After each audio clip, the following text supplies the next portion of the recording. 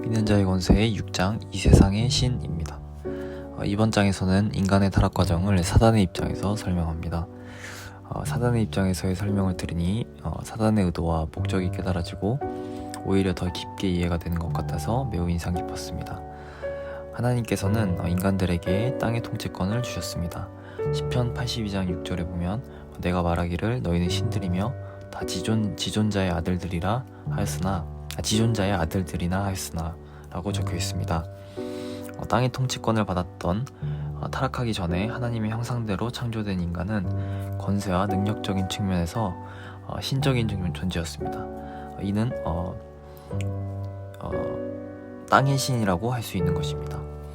하늘은 시편 115장 16절에 보면 하늘은 여호와의 하늘이라도 땅은 사람에게 주셨도다. 결국 통치권을 받았다는 측면에서 결국에 우리는 땅의 신이라고 할 수 있는 것입니다.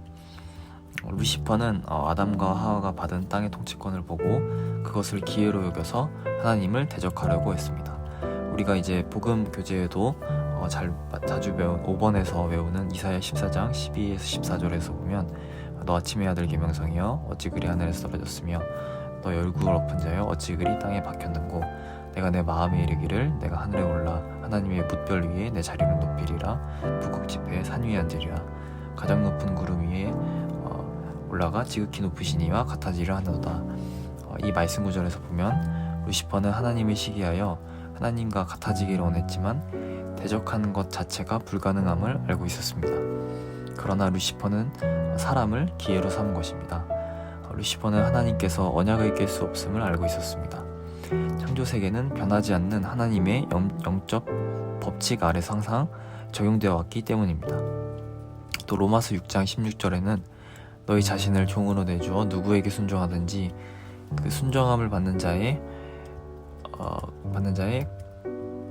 종이 되는 줄을 너희가 알지 못하냐. 혹은 죄의 종으로 사망에 이르고 혹은 순종의 종으로 의에 이르느니라.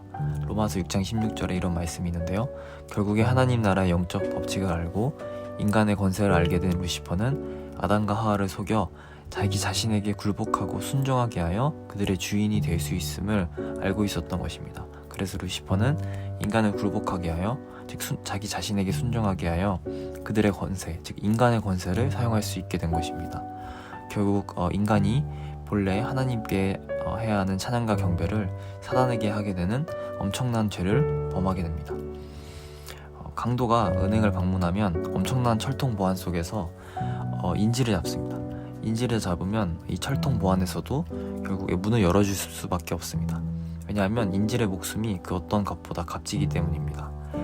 사단도 직접적인 대결로는 하나님을 이길 수 없다는 것을 알고서 인간이 자유의지로 자신에게 복종하면 하나님께서 인간에게 권세를 옮겼듯이 인간이 가진 권세를 사단에게 옮길 수 있게 된다고 생각했던 것입니다.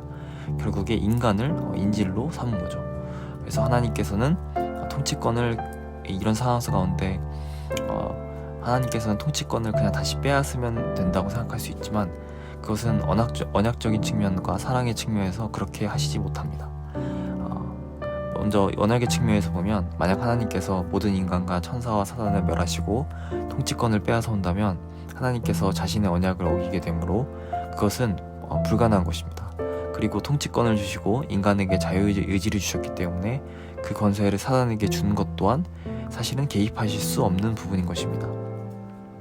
결국 아담과 하와는 선택권을 가지게 됐고 이 선택권으로 사단의 종노릇을 할지 하나님의 자녀로 살지를 선택하는 가운데 결국 선악과를 먹음으로 사단의 종노릇을 하게 되는 선택을 한 것입니다.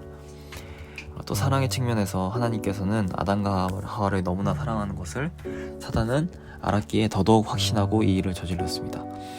인간에 대한 하나님의 위대한 사랑 때문에 사단이 이 세상의 신이 된 것이 허용되었습니다. 사단이 이 세상의 신이 되어 이 세상을 다스리게 하게 된 것은 바로 우리 때문입니다. 그러나 대부분의 사람들은 사단이 이미 영적으로 강한 권세를 가졌다고 착각을 하고 있습니다.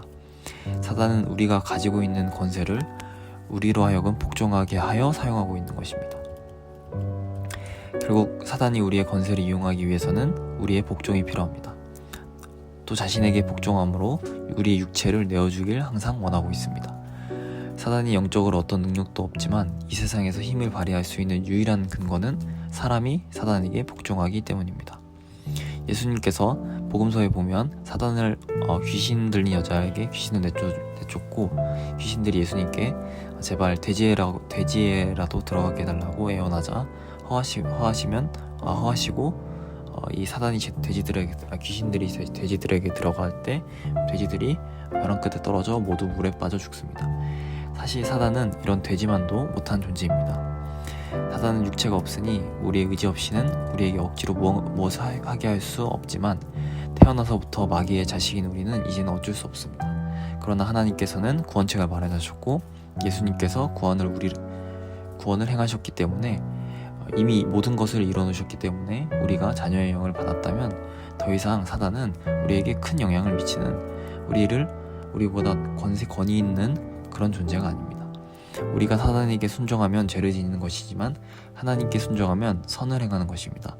이 땅에 아직 육체를 가지고 있기에 이미 유익이 없고 잠자는 사람들보다 훨씬 강한 권세를 가지고 있습니다. 그러니 성화의 삶을 살 때에는 능동적으로 의지를 가지고서 강력하게 영향력을 펼쳐야 합니다. 감사합니다.